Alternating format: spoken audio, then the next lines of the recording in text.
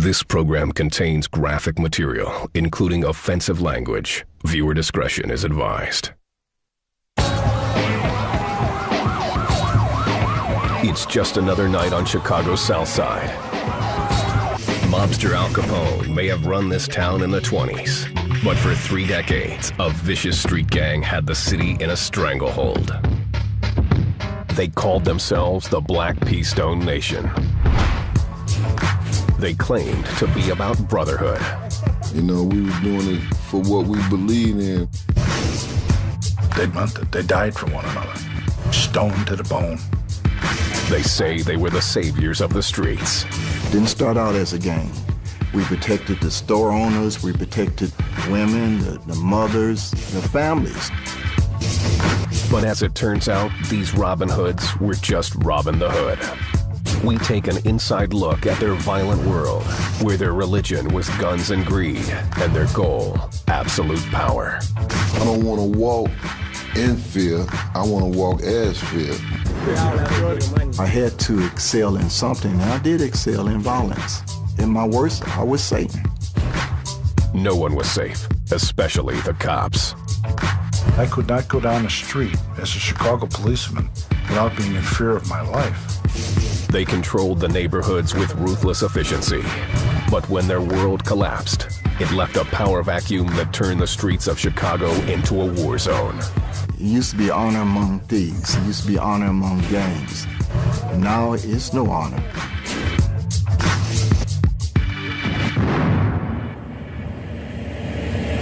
Gangland.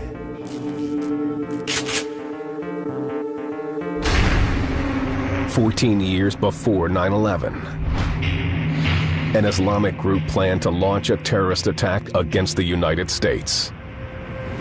The mastermind of the plot wasn't a foreign-born extremist. He was a gangster who controlled the south side of Chicago from a federal prison cell hundreds of miles away. This guy had such an aura, and he had such loyalty. The people would kill for him. Even from behind bars, gang leader Jeff Fort could put the squeeze on anyone through his personal army, known as El Rukns, Arabic for the Cornerstones. Fort used prison phone lines to call commands back to his gang's Southside fortress. Federal authorities feared his reach and set up wiretaps. Fort spoke in his own bizarre code. Those other cigars that feel like to draw one of those there, the signs of showing blonde. With the help of informants, authorities were able to crack his message. It revealed something shocking.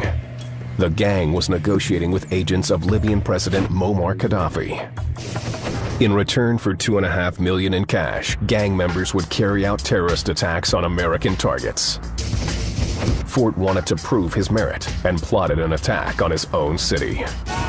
They were going to show people that they were the real deal by taking the truckload of gasoline, taking it down to the middle of the city somewhere in the loop, emptying it into a sewer, and then lighting it up and seeing what had happened. They are terrorists. We don't have to go to Afghanistan. We don't have to go to Iraq. We got our own little urban terrorists right here. These urban terrorists, who took aim at Chicago, had started out as supposed defenders of these very same streets under another name, the Blackstone Rangers. Our organization is a non-violent organization. We fight to protect, and we're not the enemy. At its height, some estimate Jeff Fort held sway over 50,000 followers. Even to street cops like Dan Davis, Fort was an imposing figure. This guy was the real deal when it come to leadership. Scared the hell out of you, look him in the eye. Members of Fort's gang were known as soldiers and referred to their group as the Nation. Their symbol, an Egyptian pyramid, reflected their African heritage. Over the years, they wore a variety of uniforms, but always in their chosen colors: red, black, and green. I went to one Nation meeting. I'm not exactly, it looked like it was around about 20,000 men out there. You just hear Blackstone, Blackstone, Blackstone. They like to claim the Stones really began as a civil rights organization. committed to defend and empower downtrodden African Americans. It was a good PR strategy. The 1950s, Chicago's South Side. John and Annie Fort had supported their 10 children by picking cotton in rural Mississippi. In 1955, they moved their family to Chicago, where John got a job at the U.S. Steel plant. But the South Side was crumbling, even as its population was swelling. White flight sent residents and business owners racing to the North Side and the suburbs. Many whites who remained resented the newcomers. Racial tensions ran high and often erupted into violence. So it was a lot of cocktail bombs thrown at us, a lot of beer bottles, a lot of N-words, and things like that.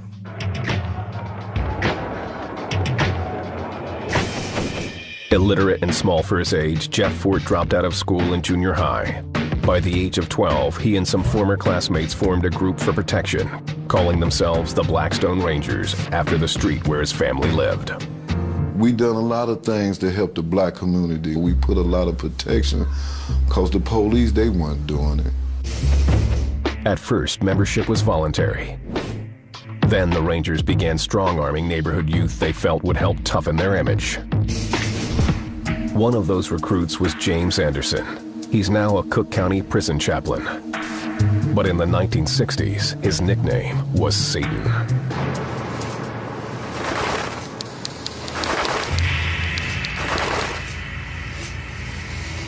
I didn't have a conscience. I'd do it to you before you did it to me. I would take you to the edge of town and blow you away and go home and eat chicken potato salad, never think about you no more in life. And so they started calling me Satan. Satan was known to be quick with a gun, and even better with a knife. His vicious reputation had caught the attention of Jeff Fort. It was the 4th of July, 1966, a celebration for millions of Chicagoans, but not 16-year-old Anderson, who was the leader of a small South Side gang called the Satan Lovers. Anderson says the Disciples, a rival gang, had beaten his friend's mother to death and left her body in an alley. Satan was bent on revenge. Under the cover of Independence Day fireworks, Anderson snuck into a group of disciples and unloaded his weapon. I shot everybody I saw. If you looked like you was a disciple, I shot you. As I saw them fall, I felt good. I felt I was revenging my friend and his mother. I just didn't have enough bullets. 11 people were injured. Satan spent the next 2 years in prison. Within days of his release, Anderson says Jeff Fort approached him and offered him a leadership position in the Blackstone Rangers. It didn't take him long to make his decision. I said, well, let me think about it and let me get back to you. And then somebody else said, whatever you do, don't refuse Jeff. You might come up missing. And there was a lot of people who came up missing. Satan's style fit in perfectly with the gang. The Blackstone Rangers would brutally beat anyone who robbed a residence or business in their home base, the Woodlawn neighborhood. Business owners gave the boys free meals and a little money in order to stay on their good side. The power was seductive, and the gang was soon exploiting the people they claimed to protect. Anderson remembers the swindle. We offered our services, and it was advisable that you accept it. You just withdrew your protection, your shop would get broke in, the glass would have got broke, and somebody would set it on fire. Some people would call that extortion. Wouldn't I? Now, yes. Then, no. I was offering in service. By 1966, Jeff Fort was in his late teens, and his club was a bona fide gang with an estimated 1,500 members. Turned out, Fort had the talents of a CEO. He was no dummy. When it came to making money, he knew how to generate money. As the success of their extortion business grew, so did the gang's involvement in other illegal activities. Before long, nothing happened in Woodlawn, be it prostitution, car theft rings, or illegal drugs, without the Blackstone Rangers knowing and taking their cut. We didn't pimp any women, okay, we pimped the pimp. You got your women out there, okay, that's your business. This is our business, okay. What are you making? We want a percentage. Retired Chicago Police Superintendent Terry Hilliard was a patrolman in the 1970s. He watched the Blackstone Rangers grow into a criminal organization that Capone himself would have admired. You're talking about the advent of the black organized crime, the black mafia. If you didn't comply in paying, you could wind up with some broken bones, being shot, maimed, or wind up being a statistic in the homicide stats. And as the Stones took control of the city, they unleashed a display of carnage not seen since the gangster days of the Prohibition era. Capone gets all the press, but in that period between the 70s and the 80s and into the 90s, the gangs in Chicago were much more vicious than Al Capone ever thought of being.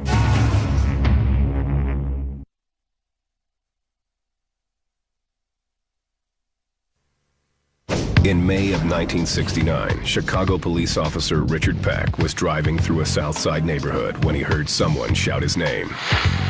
He turned, and in broad daylight, members of the Black P. Stones opened fire on his car. And I can see those bullets jumping. I was hit in the head, the back, shoulder, and the front. Shot 15 times, he stumbled from his vehicle. I got up and the blood was shooting out of everything. And then when they ran, the people come out and everything, and I told them I was a police officer. Would they take me to the hospital? No one in the neighborhood would help him. None of them, they wouldn't take me to the hospital. They wouldn't even come close to me. And so I got in my car, and I drove myself to Chicago Hospital. It was clear the police had lost control of the city's South Side. Throughout the 1960s, under the watchful eye of their charismatic leader, Jeff Fort, the Blackstone Rangers grew into one of the biggest black gangs in America. The Stones were amassing an empire through petty crimes and extortion schemes. But they had one lingering threat to their operations, their rivals, the Disciples. The two gangs turned the South Side neighborhoods into a war zone. It was fierce and it was nice, but the guns came in. We would meet at a certain place and the Disciples be on this side and the Stones would be on this side. So you have a riot in the middle of the park.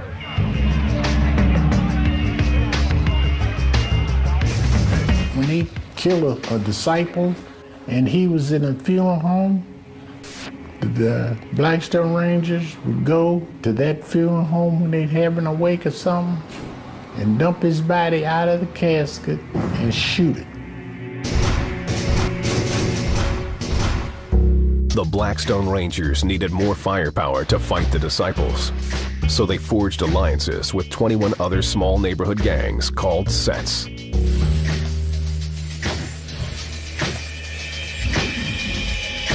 The Allied sets called themselves the Almighty Black P. Stone Nation. With that P stood for progress, prosperity, power, peoples. By the late 1960s, membership in the Stones swelled to nearly 5,000. Gang leader Jeff Fort created an inner council to maintain control over the different sets and govern their activities. They called it the Main 21. And the Main 21 were 21 different chiefs from 21 different sections in Chicago. The Main 21 had their own gangs, okay? They would have board meetings. They would meet together and cut up territory. Who was going to get the dope bag, who was going to be able to sell in a particular area. Jeff Fort led the Main 21 in basement meetings at a South Side church. James Spates was rising through the ranks of the gang in those days. Jeff, he would tell us what he do not want. and what we shouldn't do. And then we as the leaders will go back into the community and enforce that. Each of those 21 gang leaders kept his own council to lead his set. The ranks were full of younger, newer members called soldiers. Jeff Fort and his main 21 started laying the groundwork for expansion. Though Fort himself was illiterate, he wanted his soldiers to be educated in order to open up new business opportunities for the nation. Education was always a thing. Like, man, you better get to school before you get your head swole up. With a high school diploma, gang members could apply for influential city jobs. That way, they could use insider clout on behalf of the gang. He paid people bonuses to try to get in city departments, whether it be the police department, forestry or what, you know. At one time, they tried to become a political muscle here in this city. In 1967, the nation flexed that growing muscle. Jeff Fort won the faith of local churches and Chicago civil rights leader Jesse Jackson. Jackson bragged that he baptized Fort into Christianity. His half-brother, Noah Robinson, did business with the Stones. Fort joined a local group, the Woodlawn Organization, in a plan to open a job training school that would benefit the Southside community and line the pockets of his gang. The Stones showcased for the press how disadvantaged teens would be taught by none other than the gang's leaders. Is there any more questions? The new school received a federal grant of nearly $1 million. Chicago police were appalled that gullible bureaucrats would make such a deal with the devil. My God, the federal government are giving them a grant. For what? The gang members who are reaping havoc and chaos in our neighborhoods across the city. The Blackstone Nation seemed unstoppable. As their clout and membership grew, they spread out across the city. We was everywhere. We was from state to the lake, from 7 to the 11, north, south, east, and west. It was Stones everywhere in the city of Chicago. Fort's nation had grown so powerful that he had no qualms about holding press conferences and publicly threatening Chicago police officers. It was a threat that the gang was more than ready to make good on. And there's not going to be no killing without killing, gentlemen, with all due respect. Definitely not going to be any killing without killing, you know. And I would like that to be clear for the record. And I understand the fact that we got police in here. I wanted you to be here to understand what I said. The police were outmanned, and they knew it. They were more powerful than the police. I tell you the truth about it. Either the community was on the side of the Stones, or deathly afraid to go against them.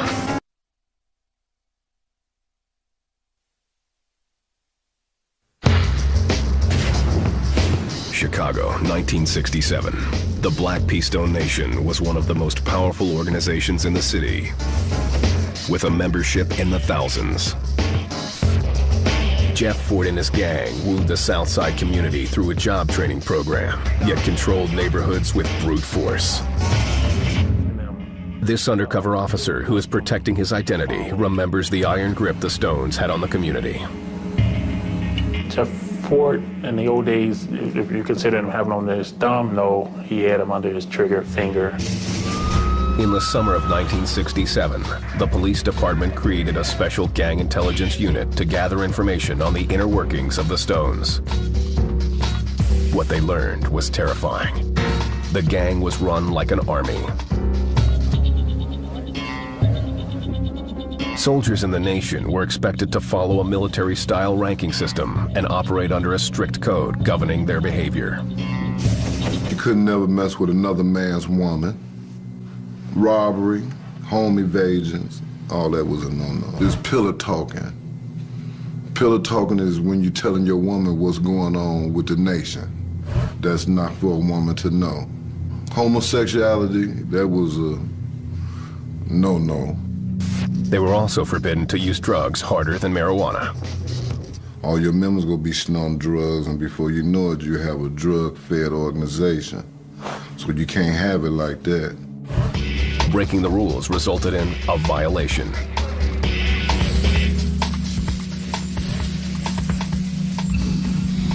brothers hit you all in your body for a couple of minutes, make you strong, make you a man. You know what I'm saying? Tighten you up. More serious infractions could warrant a shooting in the leg or arm. But gang members who were disloyal got no second chance. Officer Richard Peck remembers working with one gang informant until the Stone leaders learned he was a rat. He had a meeting. Then they'd all go around and each member would kiss him on the forehead. And the last guy, called the Ghost, he kissed him on the forehead and shot him. The informant's body was found a few days later in an abandoned building. The Stone Army demanded loyalty, and they had to be ready to fight to the death at any time to protect their neighborhoods and their drug territories. In the early 1970s, James Swamp Fox Spates shot and killed a rival gang member. He pled guilty to manslaughter and spent 5 years in prison. But with hundreds of Stones already behind bars and the occasional guard on the payroll, the gang felt they had the run of the prison system. Being a Stone meant that it was no big deal to serve a bit. The penitentiary was wide open. You had alcohol, you was getting visits from your girlfriend. They could do anything in a joint. And serving time was a badge of honor for any Stone.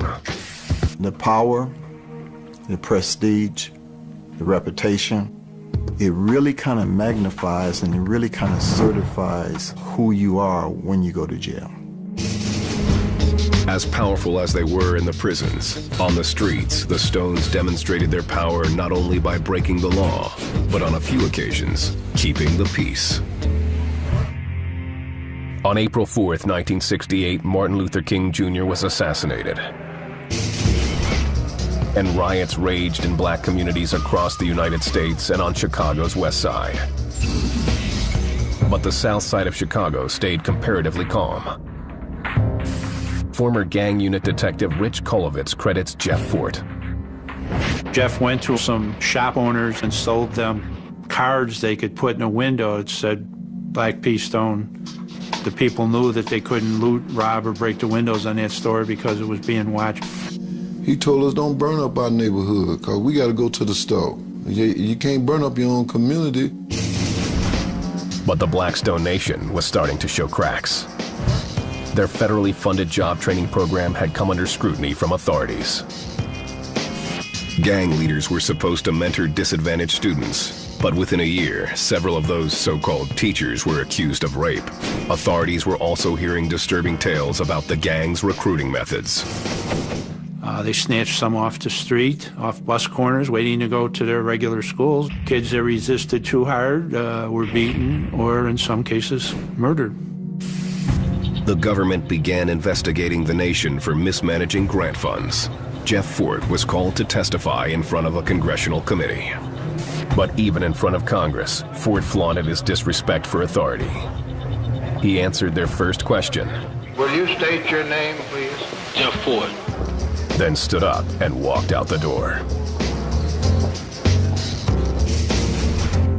Despite this show of contempt, Illinois Senator Charles Percy invited Jeff Fort to the presidential inauguration of Richard Nixon in January 1969. What type of message is that sent to law enforcement and the people who are putting their lives on the line every day to go after folks like this? It was a slap in the face. More was like a Louisville slugger in the face. Fort declined the invitation, but Chicago police had every right to feel betrayed. A little over a year later, the Black P. Stone Nation went after one of their cops. In the summer of 1970, gang unit officer James Alfano responded to a call. Shots had been fired in a Southside alley. When he arrived, he saw a couch blocking the end of the alley. Alfano had driven into an ambush. There were about 7 or 8 Blackstones in different positions up on roofs, and they fired down on this car. Alfano died from his wounds. The shooting is commemorated on August 8th, a day marked as a Stone holiday. It's celebrated with Stone reunion picnics in Chicago's parks. For the city's police, Alfano's murder marked the day they began to fight back with force. That was the beginning of the end for the Stones at the time, because that's when the kit gloves came off. It became all-out war. It wasn't the police with the citizens anymore. It was us against them. And they made no bones about it that they would kill you. Jeff Fort and his Black Peastone Nation had a reputation for dealing in drugs and death. But it was their political ambition that marked the beginning of their downfall. In 1972, federal agencies completed their investigation into the Stones' mismanagement of a $1 million job training grant. I felt that it perhaps could be, donated again, funding back up. Ever since I heard that this committee was handling this investment, I felt, all the time, that it was gone, Fort was convicted of embezzling less than $2,000 and was sentenced to 5 years in Leavenworth Penitentiary. In his absence, his governing council, the Maine 21, led the nation. When the big dog go, the little cats come out. They was getting guys whooped, was using drugs, brothers holding meetings and sitting there nodding off. In 1976, Fort returned to the streets with plans to revitalize his nation. He had a new name, a new religion, and a plan to demonstrate his destructive power to the entire United States.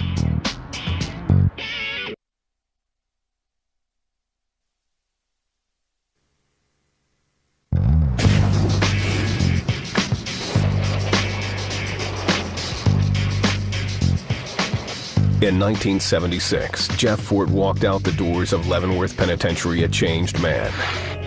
He had built himself up physically and adopted what he said was a new spirituality. He had converted to Islam and wanted the entire nation to embrace his new values. Many suspected the religious conversion was a ruse. Jeff learned in prison that if you become a religious organization, that law enforcement can't surveil you, can't do certain things to you, and a good way of hiding things. He changed the name of the gang to El Rukns, Arabic for the Cornerstones. He began calling himself Chief Malik, the Arabic word for king. It was another ways to a means to legitimize the Black Stone Ranger because there was a lot of killings. They were using the changing of the names to give them a different shade to the community, but nobody bought it. The members were nicknamed Moes due to their supposed Moorish influence. They referred to the women of the group as Mobiduses. We couldn't curse back then. Once he brought the El Rukn organization to manifest, it wasn't no MF and no none of that. Fort dissolved his inner council of set leaders, the Maine 21, and elevated a small group of generals to lead the El Rukns. Anyone who didn't convert was excommunicated or killed. If the chief wanted you eliminated for a reason, you would be eliminated. Even his own leadership. Any number of top leaders who stepped out of line, they were killed. That is what police informants say happened to Fort's second-in-command, Mickey Cogwell, when he refused to become an El Rukn. Jeff was sitting in the back of the limousine. Mickey was in the car next to him and picked out his finger and pointed like the gun and went poof. Approximately a week later, Mickey was killed. Some believe Jeff Fort ordered the hit. Mickey was shot down in cold blood while he stood on his own front lawn. No one was ever charged with the crime. But many soldiers followed Fort into his new religion. Every Friday, El Rukn members met for religious instruction at their headquarters in a former movie theater, which they nicknamed the Fort. It now served as their mosque, though their activities were often less than holy. The Fort was used everything, cutting up their drugs to hiding their weapons and their partying and any and everything that they wanted to use it for. It was a huge building with a lot of hidden places and crevices and all of that. You had the big room where the meeting was at, then you had the upper rooms where the guns were at, and then the orgies were at, so whatever you wanted, you could get it at the fort. But the party was short-lived. In 1983, Jeff Fort was arrested again, this time for interstate marijuana trafficking. It's getting to be a real sick problem with people that's constantly trying to use us as some political football. Fort was convicted and sent back to prison. El Rukns fought in court to be recognized as a religion by the state.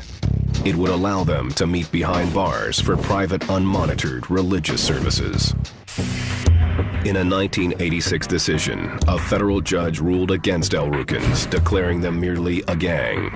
They wouldn't be able to use the First Amendment as a shield against police surveillance. And there was plenty for authorities to see. Without its charismatic leader, El Rukns' unity began to crumble. The generals came up with a new and highly illegal plan. We had to pay water bills and all that. We was making money to take care of our movement, to take care of our hood, to take care of the organization. Gang members formed a special unit called the Guerrilla Family and began selling heroin on the south side. But the new strategy backfired. Daryl Lamb was a member of the Guerrilla Family.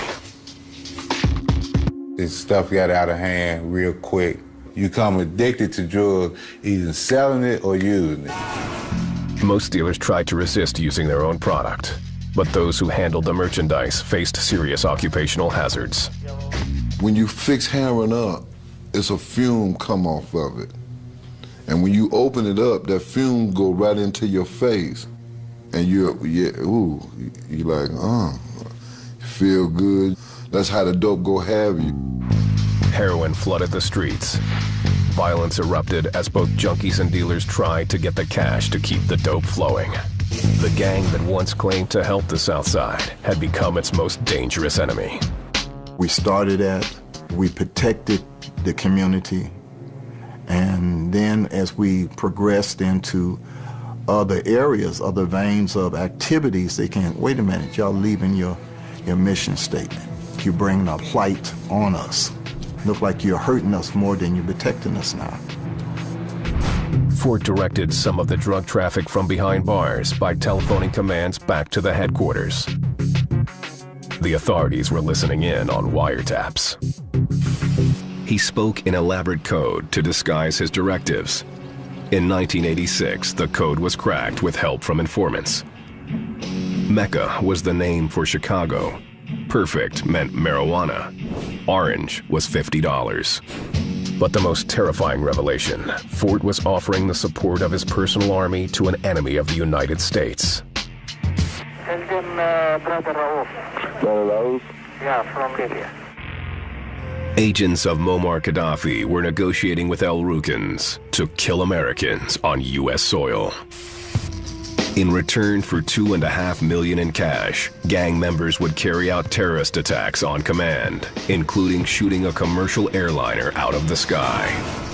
He saw a way to make money from Muslims long before the government even perceived them as a threat, a real threat. He saw that terrorism might have a buck to it. Undercover agents offered a military-issue rocket launcher for sale on the black market. And El Rukns took the bait. A secret tracking device led federal agents straight to Fort's gang. In August 1986, authorities raided the fort. They torching through the back door. So I smell it, and I hear them coming through. They everywhere. They tore it down, and everybody took a brick and cursed the day that they got rid of us. In 1987, Jeff Fort became the first American convicted of planning terrorist attacks against the United States on behalf of a foreign government. Fort is currently in the maximum security prison in Florence, Colorado, with no chance of parole before his 91st birthday. That's where he belongs. He's a violent killer, and he hurt his own people. He's a Judas and a murderer. He had an opportunity. He was a natural-born leader. and he used it to screw over the people that really needed help the most. Fort's incarceration didn't finish the gang. Surviving members rebranded themselves, going back to the name Black P-Stones. Without the leadership of Jeff Fort, the Black P-Stone Nation continued to disintegrate and continued to make national headlines. In 1988, Noah Robinson, the half-brother of then-presidential candidate Jesse Jackson, was imprisoned for ordering El Rukns to kill 2 people. He received a life sentence for his gang ties. The upheaval and lack of leadership led to an all-out war for power within the Black P-Stone Nation. Between 95, I would say in 99, the Stones were at each other's necks, attempting to take some type of power. Every time we went on a crime scene, it was either a general or a high-ranking member that was either getting shot at or shot.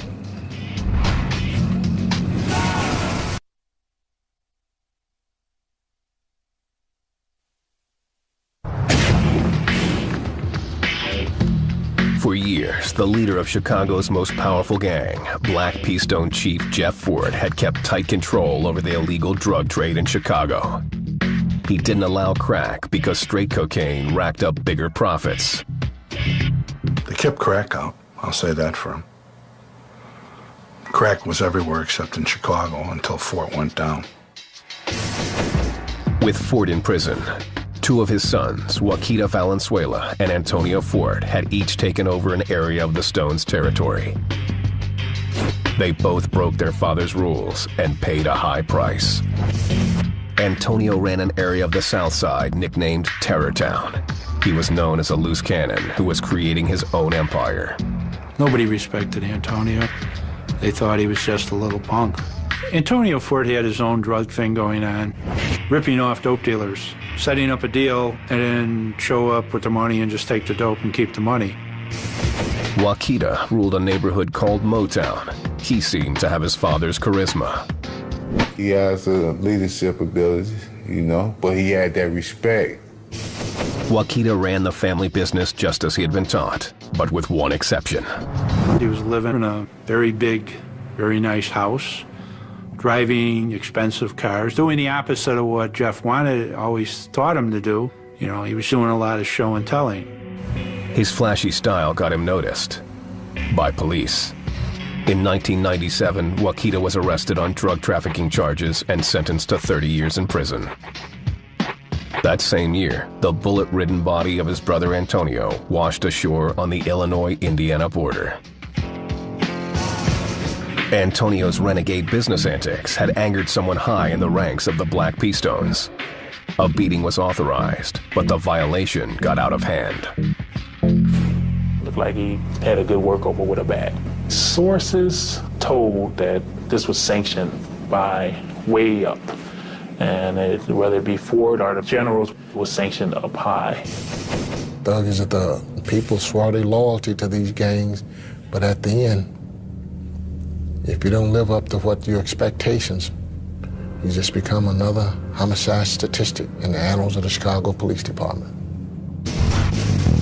Without strong leadership, the gang splintered into dozens of smaller sets, each with 1 or more generals. Instead of being Black P-Stone or Black Stone Rangers, okay, it was splintered to Posse Rangers, Suicide Rangers, Satan Lovers. These new leaders gave up any pretense that they protected the neighborhoods. In fact, they often abandoned the hood altogether. Generals live in the suburbs, they go to church, they take their kids to school in the morning. Their wives sometimes have normal jobs, and they use a beater car at the beginning of the week, and they'll drop off what they call the work. The work is drugs, and it's sold on neighborhood street corners. Generals can make up to $20,000 a day from their lines.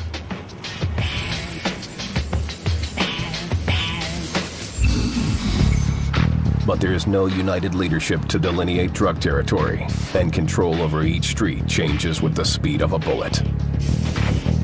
If my corner is not making as much money as your corner, then I'm gonna take your corner. You just take them for a one-way ride. And then the next day, he's at the corner. Shorties, kids often as young as 10 years old, act as lookouts and hold the drugs. They would recruit kids. They'd want to commit a theft, commit murder, shootings, because they knew if they were under a certain age, they couldn't be prosecuted and they wouldn't be sent away. At the end of each day, the young soldiers are given cash or jive.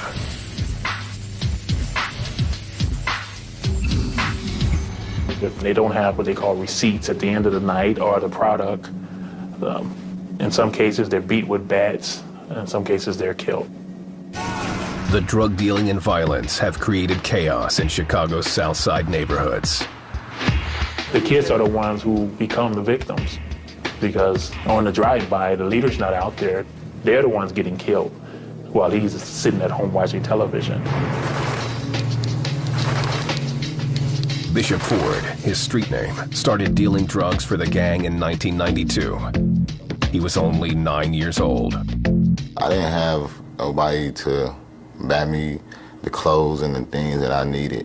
At the age of 10, $100, $150 in your pocket is a lot of money. Ford thought he was part of the Peastone family. But when a customer turned on him, he realized his new family wasn't there to protect him.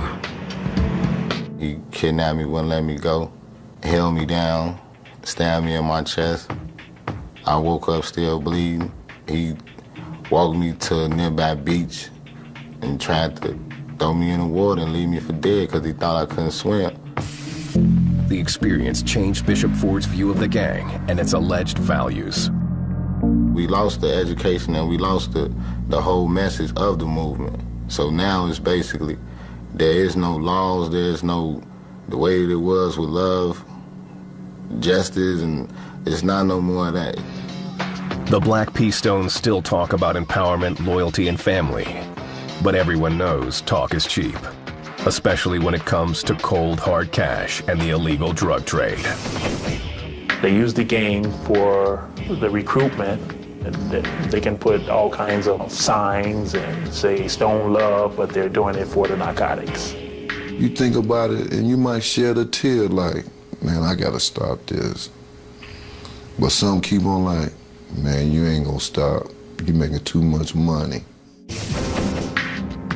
To some of the old Stones and El Rukins, the violence of the last 4 decades seems like the good old days compared to what happens on the streets now. I believe the whole city is worse off now. All they did was like open the gates of hell because the streets are so wild now and they still killing people like it's with no remorse. In 2001 and 2003, the city of Chicago was named the murder capital of the United States. It recorded more homicides than New York City, an urban area with nearly 3 times its population. Jeff Ford may say he once dreamed of empowering Chicago's African-American community. But the reality of drugs, death, and domination on the South Side by the Black Peastone Nation has made his true legacy a nightmare. I think the younger generation is saying, who the hell is Jeff Ford? The drugs was the downfall of a mighty nation. I believe that we could have been something like the NAACP. The drugs divided us because the money divided us. If there is a religion for this new generation, it's the religion of self. It's just I for I and me for me, I gotta survive, and I don't care about nobody else. There's no denying that the Black Peastones gang has left its mark on the streets and in the cemeteries of Chicago. And the Stones are still on the move, still on the make. If you live in an upscale neighborhood, you might look up one day and you might have a gang getting ready to operate a deal in drugs on one of your corners or in your alley behind your garage. The nation has been rail planted in the city. You can't never get rid of it. When I'm dead and gone, it's still gonna be here. I never thought I was gonna live to be this old. I never thought I would live to be 21. And really didn't care. And that's the mindset of a lot of the warriors that are in the gangs now. They never think that they're gonna live to be 21 and they really don't care.